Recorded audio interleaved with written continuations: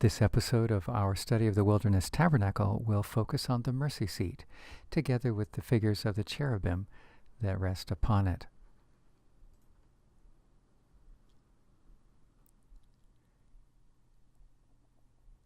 You're familiar with the sentiment behind this. It's a place where God lives and people can visit him. Relationship is primary. You'll also recall that the ancient Israelite approaching this beautiful precinct would have been impressed with the privilege of attending God's invitation and being the focus of his attention. According to Middle Eastern custom, there was opportunity extended by the host for the refreshing of the guests, which they would receive and show their respect for the privilege of being a guest in this home. Outdoor, the larger bronze offering gave an opportunity for the people to say, "We are yours entirely." And as we know from the larger message of Scripture, God devotes himself to his people as well. The bronze offering also reminded people to give thanks for ongoing gifts rather than consuming them presumptuously. And when specific needs and petitions were answered, then the bronze altar reminded the people to come back to God with gratitude for the way he helped. If it should be that the relationship with God would be broken by sin, at the bronze altar there was the giving up of life, blood sacrifices, and the opportunity for the supplicant to repent of sin and hear the reassurance that they are forgiven. That would involve either tangible breaks of relationship or intangible breaks of relationship. Those elements are all of a preliminary but a very foundational sort.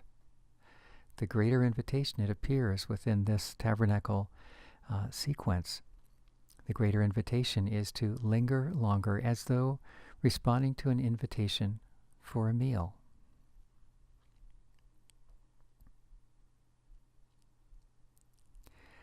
Within, then, the tabernacle proper, as the palace of the celestial monarch, we find there is a beautiful table which is spread with bread for each tribe of the nation.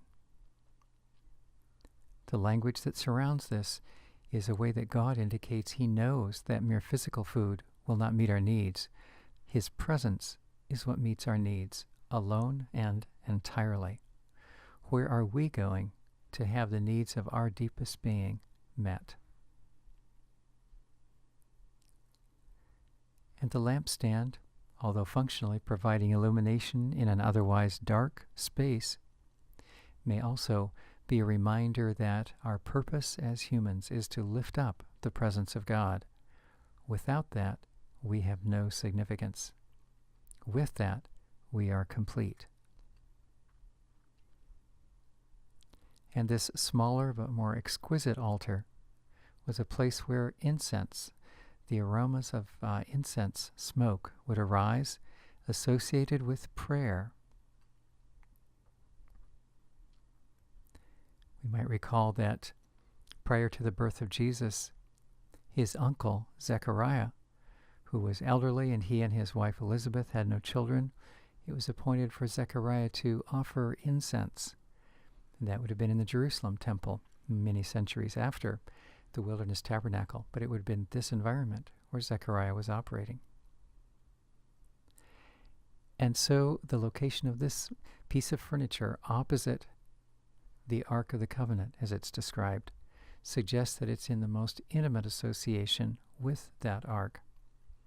That is, here is where priests on a regular basis could most closely approach God without going into the most holy place, which they would only go into once a year on the Day of Atonement. And so it gives us a picture of prayers being raised. What kind of things are appropriate for that setting? Prayers of deepest adoration, but also the acknowledgement of bitterest agony, as we saw from the statements in the book of Revelation, where we also encounter the golden altar. Behind the curtain or veil, we found the Ark of the Covenant, or the Ark of Testimony, with 3 elements housed within it, preserved there for safekeeping. First, the tablets, and these reminded us that there are directives for how to live as God's people. It's not simply a free-for-all. That characterizes the responsibility of the people. There's also the jar of manna, and this is there to provide a reminder of God's past track record of providing for his people, and to encourage them to believe that he will continue to do so in the future. The tablets and the jar of manna were the 2 original items that were stored in the Ark of the Covenant. And you'll recall that later on, during a contest of leadership, a rebellion, God determined that there should be a 3rd item housed in the Ark of the Covenant, namely a branch that miraculously budded, signifying that Aaron, whose name was carved on that branch, was the leader that God had appointed, and the others needed to accept that leadership instead of rebelling against it. We too need to honor those whom God has established as our leaders. That brings us now to our focal point today, which is moving back to the outer box itself, in particular the lid on the Ark of the Covenant and the cherubim who are figured atop it. The name by which we know this top, or the lid, of the Ark of the Covenant is kaporet. Kaporet. This comes from a verb kafar, which simply means to cover.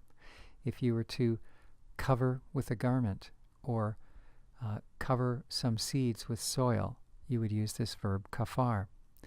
In a more theological sense, however, it's used in the book of Exodus to describe the covering of sin. Leviticus as well. Covering over of sin, a metaphorical, theological sense.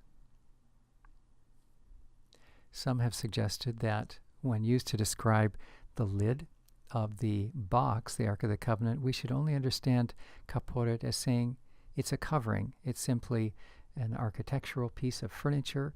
It covers the contents of the box.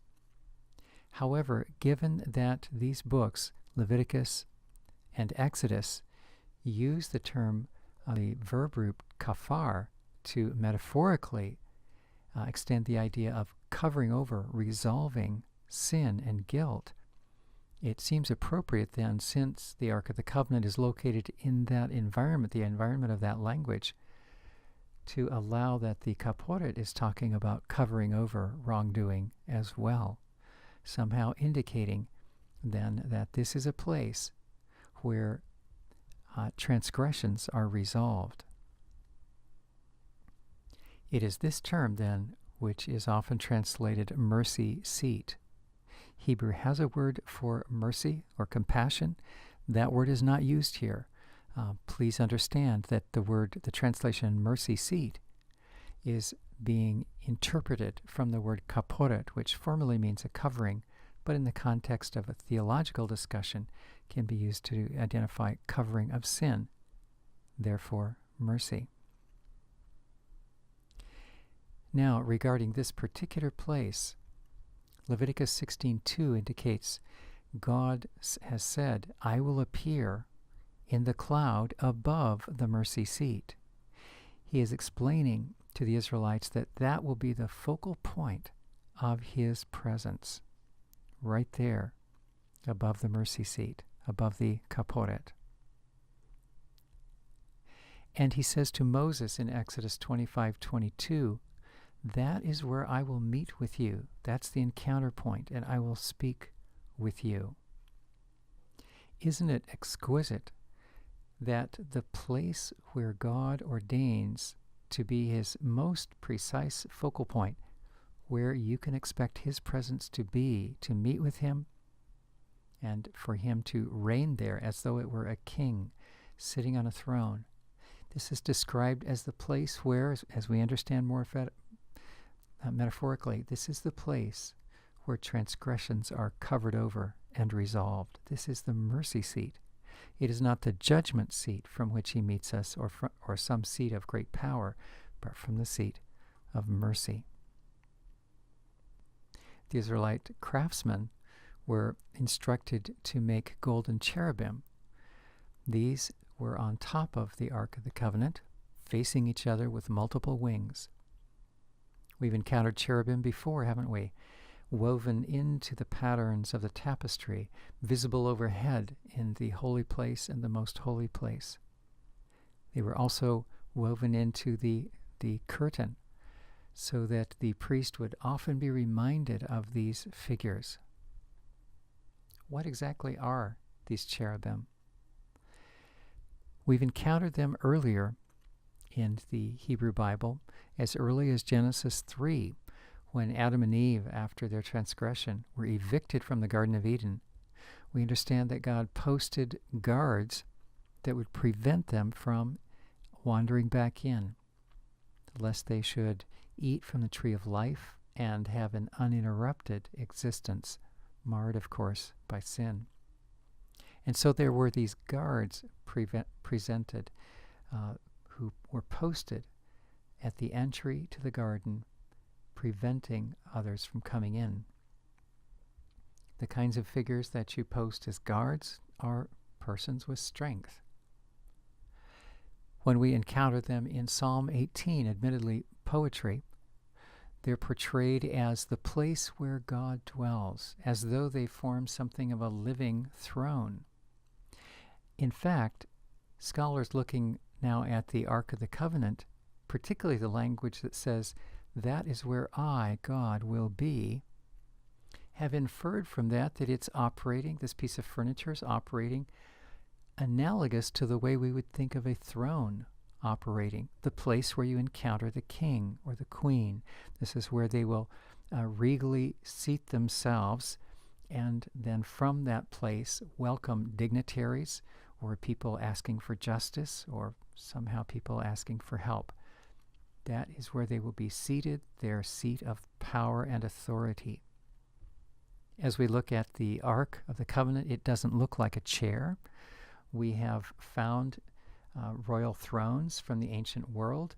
Perhaps you've seen one that King Tut had fashioned for himself. It's located in the Cairo Museum.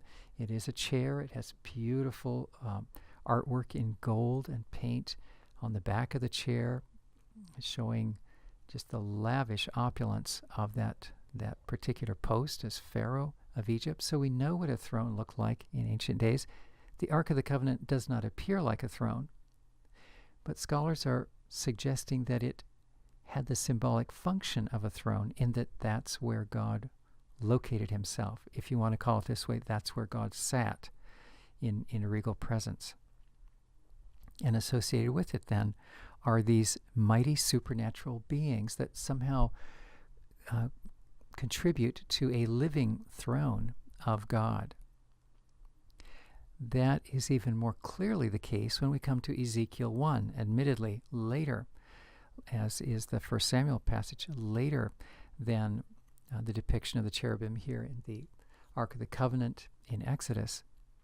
In Ezekiel 1, we find a vision of this unusual apparatus with wheels, and it goes in various directions, and integrally linked with it are the cherubim. Further exploration of that piece of furniture, the multi-wheeled vehicle in Ezekiel 1 reveals that it was a mobile throne. A mobile throne, God announcing to his people that although they were being sent into exile, he would not be separated from them, because his throne has wheels, and he will move with them and be sovereign over them, even in the distress of their exile condition. The takeaway from Ezekiel 1 is that cherubim, these angelic figures, are vitally integrated with this unusual piece of furniture with its wheels, which proves to be, in fact, a throne. And so this leads us to the conclusion that at least one of the capacities of cherubim appears to be that they operate as bodyguards of God. Bodyguards in intimate, close association and a picture of strength. So ministers of his that are in close association and serve to impress those around with the supreme power of their ability to maintain order in that context. We don't want to suggest from this that God is at risk of being overwhelmed, that he needs bodyguards because he's weak. That's not the implication. But just as a human monarch would have mighty people around him, God does as well.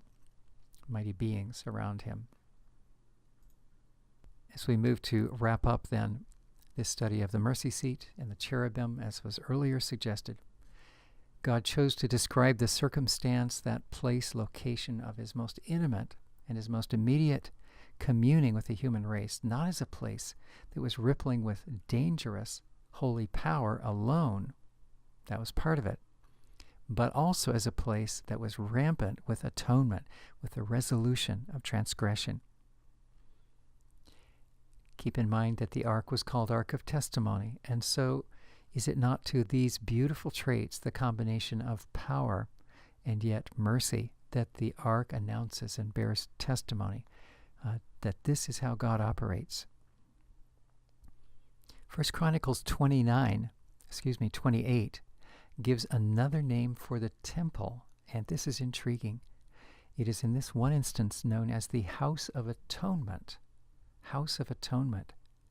Does this not fit well with the understanding of this solid gold, this most lavish lid of the Ark of the Covenant, this throne seat of the celestial monarch as the mercy seat? It fits with this title of the entire structure as the House of Atonement. This scene from Teen Mission attempts to reenact then the Day of Atonement, the one day of the year when the priest would come into the most holy place and with blood applied to the various furnishings there, perform the cleansing ceremonies. This would occur in the fall of the year, in Hebrew known as Yom Kippur. Kippur, there you can hear that kafar verb, meaning to cover over, here appropriately translated as to atone, to cover over sin. That took place in this most holy place at the Ark of the Covenant. You can read over this brief description of what's implied by that annual ceremony.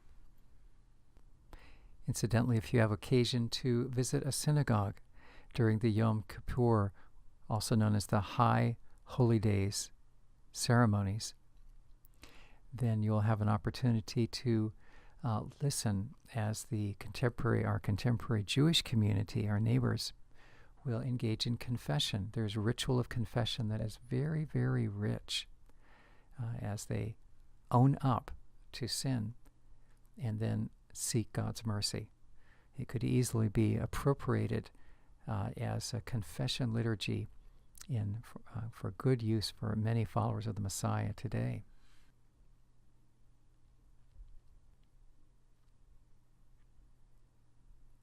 Having the cherubim there atop the Ark of the Covenant, on top of the mercy seat, it causes us to imagine that God is saying infinite orders of magnitude distinguish the dimensions of power attending my throne when compared with your small notions of strength. And what can that evoke from us except humility and bowing before him for the privilege of being in his presence?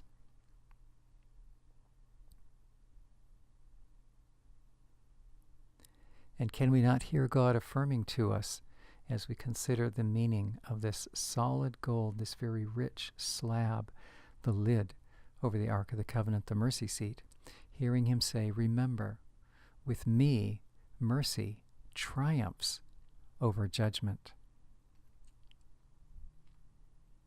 And on our part to confess that without your mercy, we would be utterly lost. Before we leave this portion of our study of the Wilderness Tabernacle, why don't we take a look at the way the uniform of the high priest has been recreated, portrayed, extrapolated from the writings that we have in the Hebrew Bible about how it was to be designed.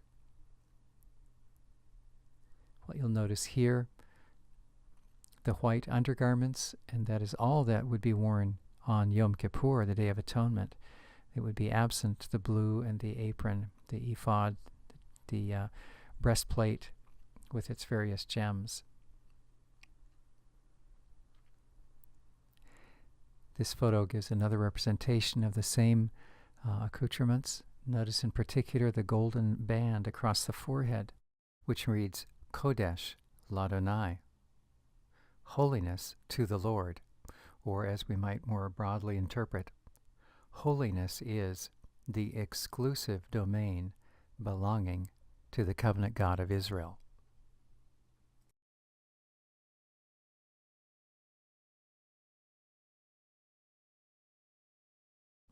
This display presents the breastplate showing the Hebrew characters in more modern fashion than would have been the script of that day. This is using the square script from the rabbinic eras.